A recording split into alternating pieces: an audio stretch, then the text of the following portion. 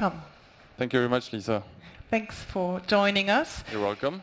So you're here to give us, first of all, an overview where floating offshore wind could be installed in the Mediterranean Sea, in which countries, where exactly? Exactly. Yeah, so the map is there. So I don't want to play too much with slides because I was asked not to have too many slides. So I'll just try to focus on what are the key messages. And again, thanks for the opportunity this afternoon. I think we have seen offshore wind developing across Europe now for several years, bottom-fixed offshore wind. But with floating, we see an acceleration and an acceleration in new markets, which you can see here on the slides. Some of them, if we take the example of France where we are today, are already active since a few years now, even if the first projects are only being completed as we speak, but it's already a very good news. But there will be an acceleration through floating wind, as you know, with AO5, AO6, for which many of us are expecting the results of the pre-qualification very soon. And we see that the ambition is high. And of course, floating has accelerated in the past months, I would say, specifically thanks to ScotWind and the 15 gigawatts of floating that were awarded. And so the ambition that we see here, approximately 7 gigawatts expected by 2030 to be awarded in the different markets, I think is very exciting and very positive. But of course, I think we'll talk about it afterwards. There are some challenges ahead, and we have to think about the southern part of Europe or the Mediterranean area, maybe more as a region than as individual markets. But I'll maybe get into that as the next step, Lisa. Yes, absolutely. I was going to say there are all the different countries up there, but to what extent do they actually have to work together to make this happen? So I think there are many areas where they can work together. Of course, we could think about the usual topics related to interconnecting markets, for example, from a grid perspective, but that is not specific to offshore wind, obviously. And we know that in offshore, the closer the offtake is to the projects, the better. So I wouldn't start with that one. I think one of the main challenges in the Mediterranean region will be for the number of players. And when I say players, I'm talking about the local stakeholders and especially the supply chain and the ports. All of them want to be part of the adventure, part of the story. And we've seen in other markets, we start to see in Scotland that, for example, port infrastructure can be a challenge. And in an ideal world, what many ports would like to look like is the one-stop hub that you can see here on the slide. I won't go into the details, but this is one of the options, is have a very large harbor or port where you can basically cover all the steps of the industrialization of floating and where you can produce and execute everything in one place. Of course, this is great and this would be perfect, but this means that some requirements need to be met, especially in terms of capacity. And when we looked at the numbers, we saw 7 gigawatts across the Mediterranean area. That is not one shot, it's not one country, it's not one project. We see that we're starting with smaller projects, 250 megawatts times 2 for AO6. We are at BLUEFLOAT developing projects of 300, 500 megawatts in Spain. In Italy, maybe larger projects, over a gigawatt to start with.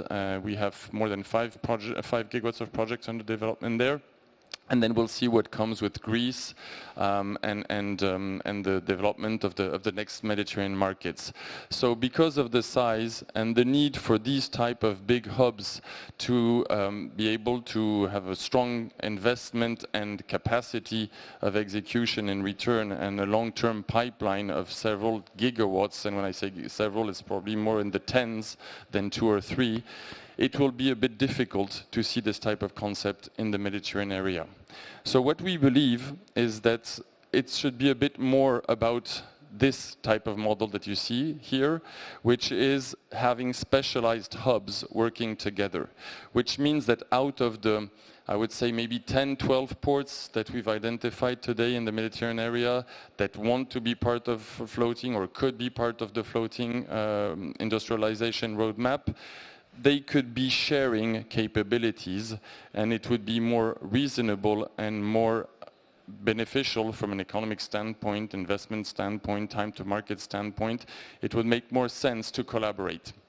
and collaborating within a market. So maybe in Italy you would have several ports working together and sharing the industrial scheme, or collaborating across geographies.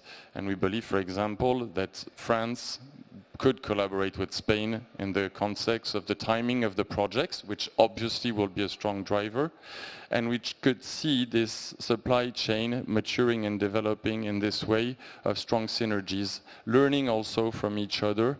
I think the time and the speed of development of the projects in the Mediterranean region will be a strong driver also that we will need to pay attention to, unlocking opportunities or maybe creating some bottlenecks. Obviously we hope not, but this needs to be taken into consideration when thinking about the overall industrialization plan that will be attached to the expansion and the acceleration of offshore in the Mediterranean, of floating offshore in the Mediterranean. Do you think that such cooperation is realistic at this stage? I would say yes. Of course, we're still at early stages. Spain has not relaunched its regulatory framework. It's supposed to be defined now in the final stages of definition and should be announced hopefully by the end of this year or maybe at the latest early next year. France has just kick-started with AO6 and we know there will be more coming, but we're still in the pre-qualification frame and we'll only know in a few weeks how things will accelerate. Italy is moving fast in the sense that it's already very crowded and we see a lot of appetite for the Italian market. I mentioned we have several projects there, but we know we're not alone. And of course, we see that when we talk to the local stakeholders, the ports and other supply chain players, that they start to understand that floating is not bottom fixed and that synergies will be required if they want to get, I would say, a piece of the pie.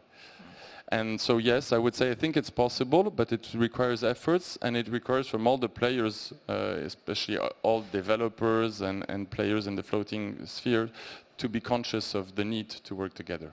Well, as you mentioned earlier, your company, BLUEFLOAT Energy, has a few projects, a few floating projects. Can you give us an overview? What exactly are you constructing? Where, when will it be finished? And what are the markets you're eyeing? Thank you very much. Yes, we're also, unfortunately, we're not yet constructing, but that's our next step. And we really want to advance with maybe a first small project to go through the full phase, I would say, of development and execution.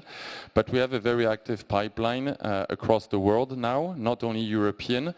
I would say out of the 20 gigawatts we're developing, or at least that we've publicly announced, half of it is in Europe. 3 gigawatts of which are ScotWind leases awarded with our partners and which are, let's say, advancing or the most advanced projects that we have. A strong portfolio also in Italy, as I mentioned, together with our partner Falk Renewables.